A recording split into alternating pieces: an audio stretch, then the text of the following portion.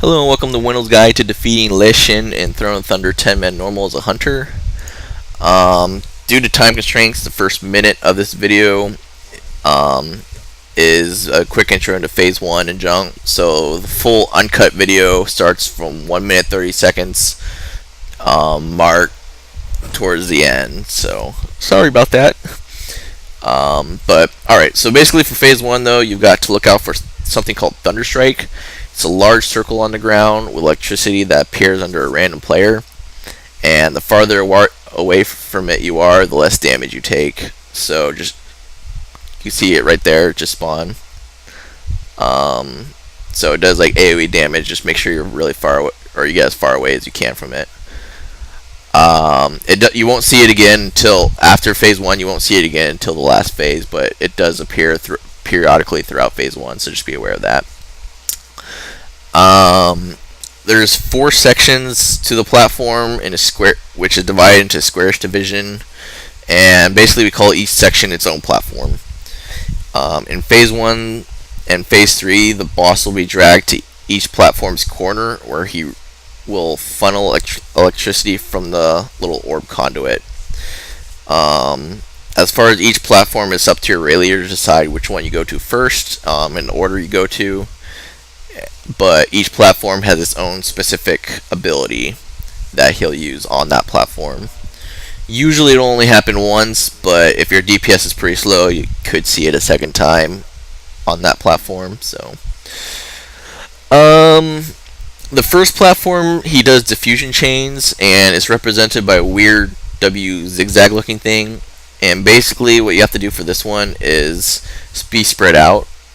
If you're not spread out, then he'll spawn 1 ad per person that's stacked or whatever. So just make sure you're spread out 8-10 yards or whatever it is. Or ads will spawn with more people. The more people clumped up, the more ads spawn. The second platform, it looks kind of like a circle ninja star, and basically it does something called overcharge. And you need to be stacked on top of whoever gets overcharged, and that person will kind of like slowly grow and become really big. If you're not within that person's little circle thing, you can see electricity expands out, and that electricity will deal damage and stun you. Alternatively, you can actually have it so that melee all stack in the corner where the boss is, and range all stack towards the center. And usually that will be far enough so that when it happens, it'll happen to one group or the other group, and they can all be stacked, and then the group that doesn't have it should be far enough away that it doesn't hit them. Third platform is a symbol that looks like a vortex swirly lightning thing. You can see it does blue swirly stuff on the ground. Just make sure there's at least 1 player per blue swirly vortex so that they can absorb the orb before it hits the ground. Otherwise, it'll spawn an ad and then bounce, and another blue swirly will appear, and it just keeps doing that over and over and over, spawning an ad every time it hits the ground until you finally absorb it. So, very important to do that because those ads take away precious DPS time and they do damage. The final platform is represented by a cloud-looking thing, and this one does something called static shock. It'll put a blue arrow over the person's head.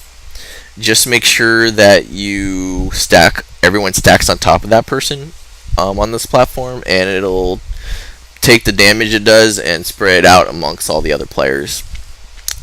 65% Lei Shen will actually transition, so be ready to head to your platform around 66%. Once he transitions to Phase 2, you're going to head to your platform and kind of make sure you're spread out. And then all 4 abilities that he did previously, he will now do all those abilities at the same time. So you can see he does static shock, so you got to make sure that you stack for static shock. He'll do the blue vortex thing, so make sure 1 person per blue vortex at least, so that they don't bounce and ads don't spawn. Static shock, you can see he's doing that.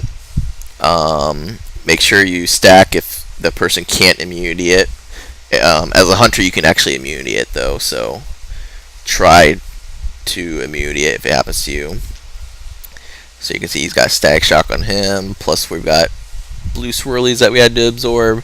So you're basically doing all 4 mechanics at the same time, which makes it kind of hard.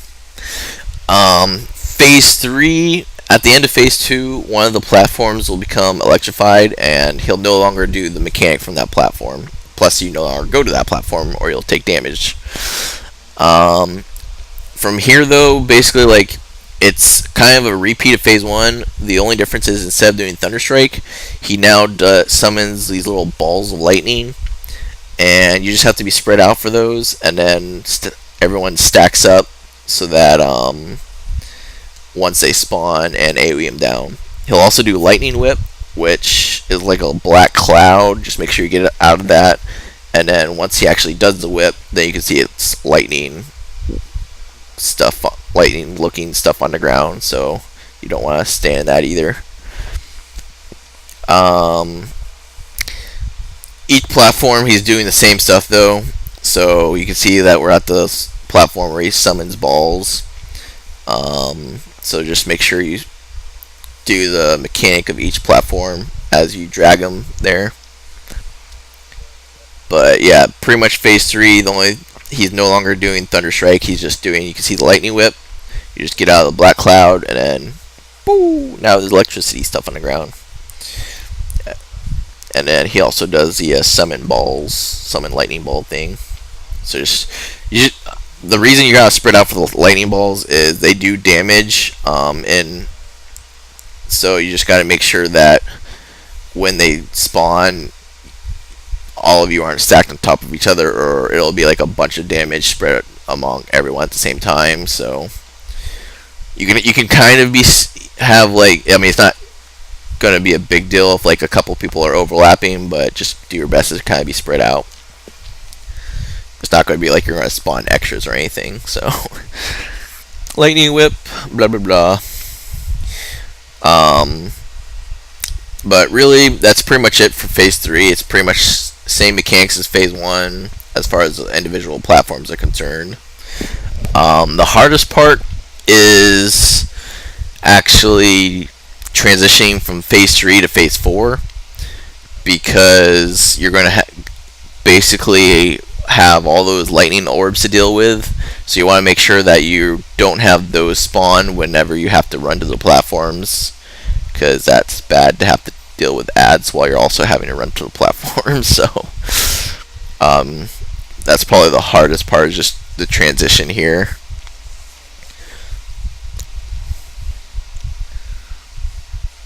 As far as the raid wide anyways. So then you can see transition again. Just at that point, just get to your platform as quickly as possible. We actually had bad luck here. We had me and the other person overcharged at the same time on the same platform, so it was like, no! So we actually took a lot of damage. Yeah.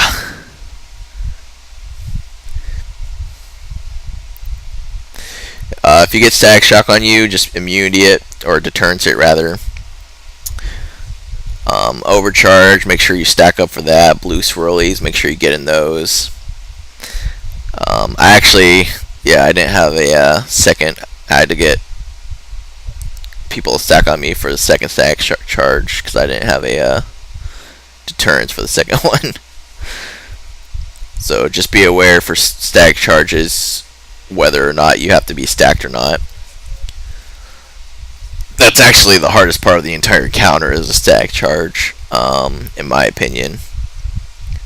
Knowing whether to be stacked or not stacked and stuff.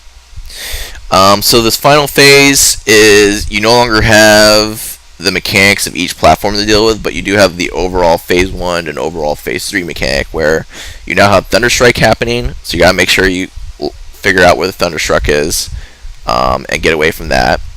And then you also have the Summon Ball Lightning mechanic, where he summons balls of lightning, and then you be spread out, and then once they actually get summoned, you stack up, AoE them down. And then he's doing Lightning Whip as well.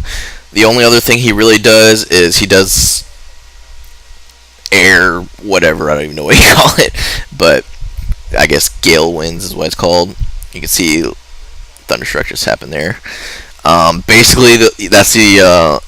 As a hunter, I personally don't really find it that big a deal. All you really gotta do is, um, as long as you make sure that the winds don't push you into the electrified platform, and as long as you make sure the winds don't push you off the platforms themselves, um, it's not that big a deal. If thunderstruck happens to you like right here, just disengage away from it. It shouldn't be that big a deal. So just the one thing I would mention is make sure you get glyph of disengage, and that will allow you to very quickly get across the various platforms. So that if thunderstruck is near you, you can disengage very far away rapidly.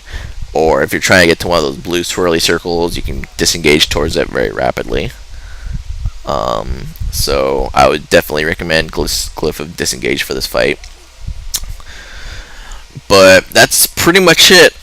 It's honestly mainly about knowing each of the four platforms' abilities and then doing it in phase 2 and phase 4, dealing with those. So if you can deal with those, you will be golden. So this is our first kill. We were like, we were trying to turn our quest in and junk.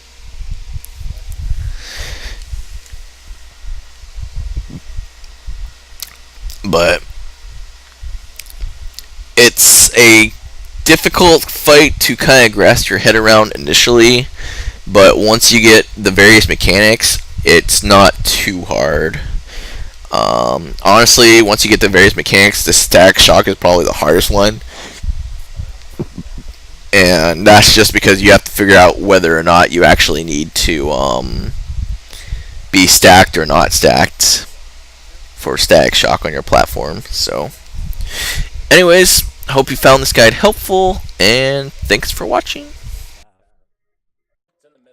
What the fuck? Why doesn't this give us out? Oh, do you have to be in the quest? This is bullshit. Oh, no. Hey dog, you're GM by the way. Fuck the quest. Wait. You guys stack up here. We'll do a roll for a bag. Get to fucking get to he's the pet. other fucking instance. I just heard.